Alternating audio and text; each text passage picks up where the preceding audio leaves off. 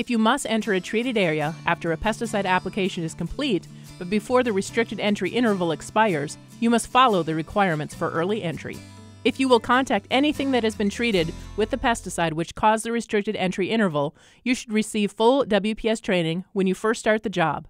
In addition to basic pesticide training, you must receive specific information and instructions about personal protective equipment, reading and understanding the label, and receive training on heat illness.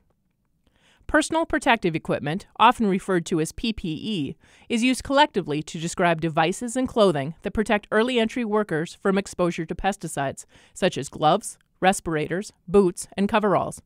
Clean, functional PPE, as required by the pesticide label for early entry workers, must be provided by your employer. Your employer must also ensure that you wear the PPE correctly and provide a place for you to change in and out of PPE. Read the pesticide label to determine what PPE to wear. You can always wear more PPE than the label requires. Your hands and forearms get the most exposure from pesticides. Wear waterproof or chemical-resistant gloves when working where pesticides have been applied. Coveralls, chemical-resistant suits, and chemical-resistant aprons help protect your body from exposure to pesticides and pesticide residues. Goggles and face shields protect you from pesticides and pesticide residues. A respirator is a safety device that covers at least your mouth and nose. Respirators protect you from breathing pesticide-contaminated air. When a pesticide label requires a respirator, use only respirators approved by the National Institute of Occupational Safety and Health. PPE should be inspected before each use. Replace damaged or worn parts. Do not wear or take home personal protective equipment that has been contaminated with pesticides. After each use, gloves, boots, goggles, an apron, and respirator should be washed. Always wash pesticide-contaminated clothing separately from family laundry and wear gloves and an apron. Discard any PPE that has had full-strength concentrate spilled on it. After removing PPE, wash your hands, face, and other areas thoroughly. Early entry workers must have access to the pesticide label during handling tasks. The pesticide label contains safety information and instructions to which the restricted entry interval applies, including human hazard statements and precautions, first aid, signs and symptoms of poisoning, and PPE required for early entry. Precautionary statements identify potential hazards regarding environmental, human, and user safety and recommend ways that risks can be minimized or avoided. The level of toxicity of a pesticide is indicated by one of three signal words: caution, warning, and danger. Labels with the signal word caution have low toxicities, while labels with the signal word danger or danger poison are highly toxic. In this example label, the signal word is warning. Routes of entry statements tell you how to protect yourself. Examples include do not breathe dust or spray mist and avoid contact with eyes, skin, or clothing. On this label, the route of entry statement is causes substantial but temporary eye injury. Do not get in eyes or on clothing. Wear protective eyewear, goggles, or face shield.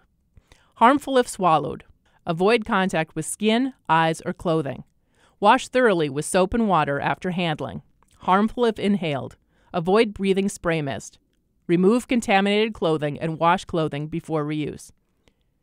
The amount of personal protective equipment needed can vary depending on the activity. For example, mixers and loaders are often required to wear more or different PPE than early entry workers. The PPE listed here is for applicators and other handlers. It is important to know where the first aid information is on the label in the event of an emergency. Labels may also include a note to physicians which can help with treatment. PPE for early entry workers can be found in the Agricultural Use Requirements section. Other information included here is restricted entry interval statements and notification requirements. The REI for this example product is 12 hours. For this example product, the PPE required for early entry to treated areas is coveralls, protective eyewear, waterproof gloves, and shoes plus socks. As with other workers, early entry workers must be aware of and use decontamination supplies. Your employer will provide you with water enough for routine washing. That is at least 1 gallon per person when running water is not available, soap and single-use towels, and emergency eye flushing, at least 1 pint of eye flush water when the label requires protective eyewear. The emergency eye flush water must be immediately accessible. The decontamination supplies must be reasonably accessible to and not more than a quarter mile from early entry workers. The supplies must not be in an area being treated with pesticides. Also, they should not be located in an area under a restricted entry interval unless that location is necessary for the supplies to be reasonably accessible to early entry workers. Heat-related illness symptoms can be very similar to those of pesticide poisoning. It is important to know the difference. For example, small pupils are an indicator of pesticide exposure versus dilated pupils, a symptom of heat exhaustion. Heat-related stresses include early heat illness, heat rash, heat cramps, heat exhaustion, and finally heat stroke. Symptoms of early heat illness include mild dizziness, fatigue, irritability, and impaired judgment.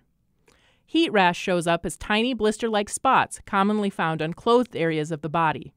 Heat cramps include painful spasms of legs, arms, or abdominal muscles. Symptoms of heat exhaustion include fatigue, headache, dizziness, muscle weakness, loss of coordination, fainting, and collapse. Symptoms of heat stroke are headache, dizziness, confusion, irrational behavior, and coma. A person who has been wearing heavy personal protective clothing and equipment for an extended time during hot weather may be suffering from heat exhaustion rather than pesticide poisoning. Both are serious conditions that may require medical attention. Drink 1 glass of water every 15 to 30 minutes worked, depending on the heat and humidity. This is the best way to replace lost body fluid. Also, build up tolerance for working in the heat. Heat tolerance is normally built up over a 1 to 2 week time period. Take breaks to cool down. A 10 to 15 minute break every 2 hours is effective. To treat heat stress, lower the body temperature as soon as possible.